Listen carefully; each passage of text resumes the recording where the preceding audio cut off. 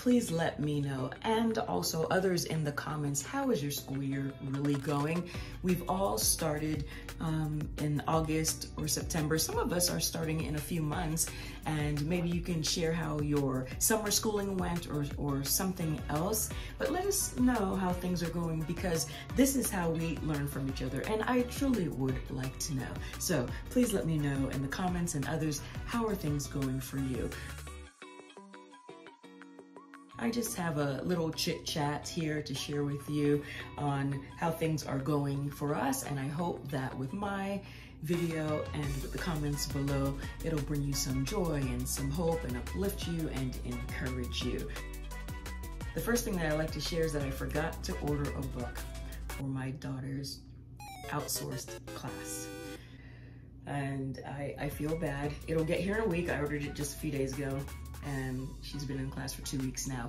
I know that I checked it off on the checklist, but it didn't get ordered. It happened, and that's how we started off this school year. Another thing that I did not plan properly for, I had everything else, all the ducks in a row. I have an 11th grader now, a 9th grader, so 2 in high school, and my 8th grader in middle school. But I did not plan for the household responsibilities, the chores, and that sort of thing. And so for the last 2 weeks, we've had stuff everywhere. We just everywhere. And I need to tweak the responsibilities for that the kids do, and they help around the house. We're a team, teamwork. I need to tweak it so that they have time to do their schoolwork, time to relax, time to just be, and they can also do some responsibilities around the house. And I don't know how I missed that. I think I was just so engulfed in getting my daughter's schedule up to par for high school, because now she's a 9th grader, and just getting all of the other things together that somehow I forgot that there's another schedule that you need to work on, and that's called the responsibility list for the household. My husband and I, we jumped in and we got things done, but there were still miscellaneous responsibilities that were pushed to the side. And I'm just gonna fine tweak that schedule so that things will now flow smoother. This was one of the first summers that we didn't do any schooling at all, nothing, zilch. We just relaxed, and it was nice, and it didn't throw us off. The previous years, for the most part, we have done schooling year round, but this summer we stopped and we paused, and it worked out well. Do you summer school round? Do you homeschool year round? Did you take the summer off? Do you start in January? Let me know below. But yeah, I thought it was going to be a little more quickie, and the summer was smooth, and our start off point to start the school year with a slow but strong start. So like just add a couple subjects here and there every week. That worked out well.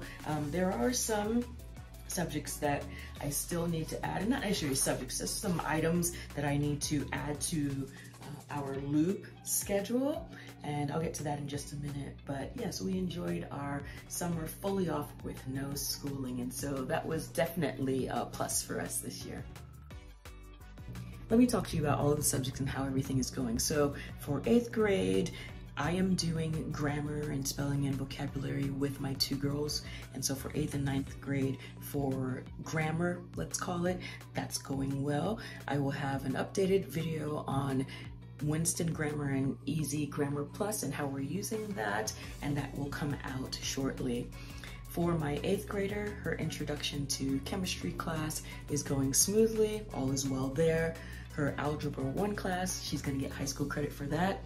She's done excellent in math, and she's doing excellent in this Algebra 1 class.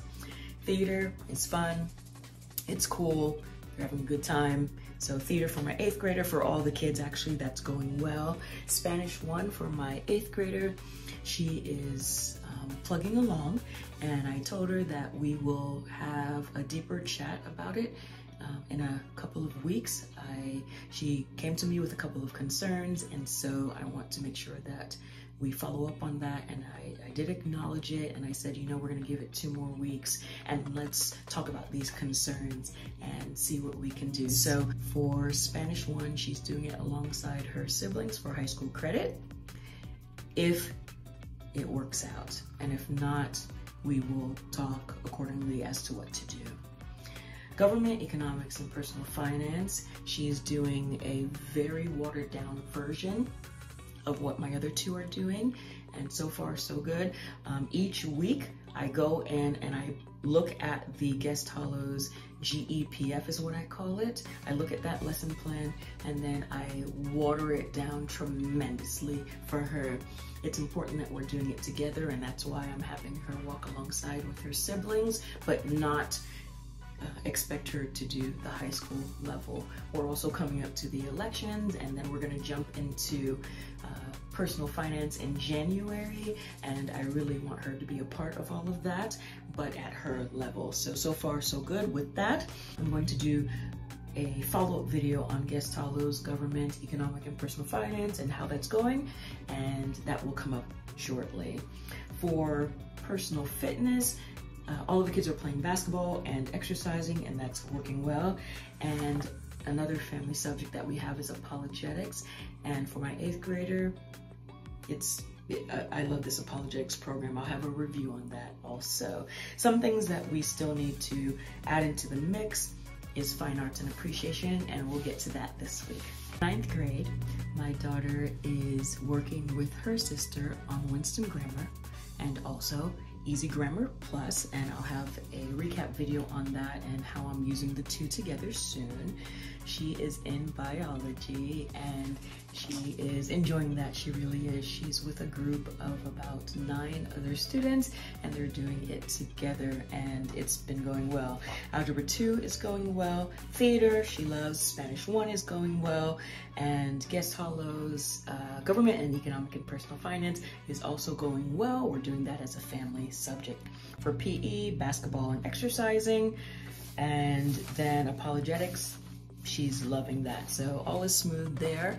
And for my 11th grader, pretty much the same. So he has medieval writing, that's going well, biology, geometry. His electives in the technology field are Unity and also a graphic design class. He's really enjoying that. These are in the field of technology and something that he's exploring as to which direction do I go, and so he's having a fun time doing those. Spanish 1 is going well. Government, economics, and personal finance is going well, and basketball and exercising is going well as also. Educate for Life is the name of the apologetics program. We are really enjoying that, and we're doing that as a family. I'm so happy that I bumped into that really at the last minute. It has been absolutely perfect for the kids and for us to do together. I did a little poll on my community page just to find out when is the best time that you homeschool. Is it in the morning, the afternoon, or the evening? And the majority of you said the morning. Second place was the afternoon, believe it or not. And then I did another poll. What grade levels are you teaching? That was another poll question that I asked, and the majority of you are teaching middle school and high school. So be sure to introduce yourself in the comments. Let me know what grade you're teaching. Let me know how your school year is going. And I think that's all for now. I have a lot of review videos coming up, so be sure to tune in for those. We'll see you next time.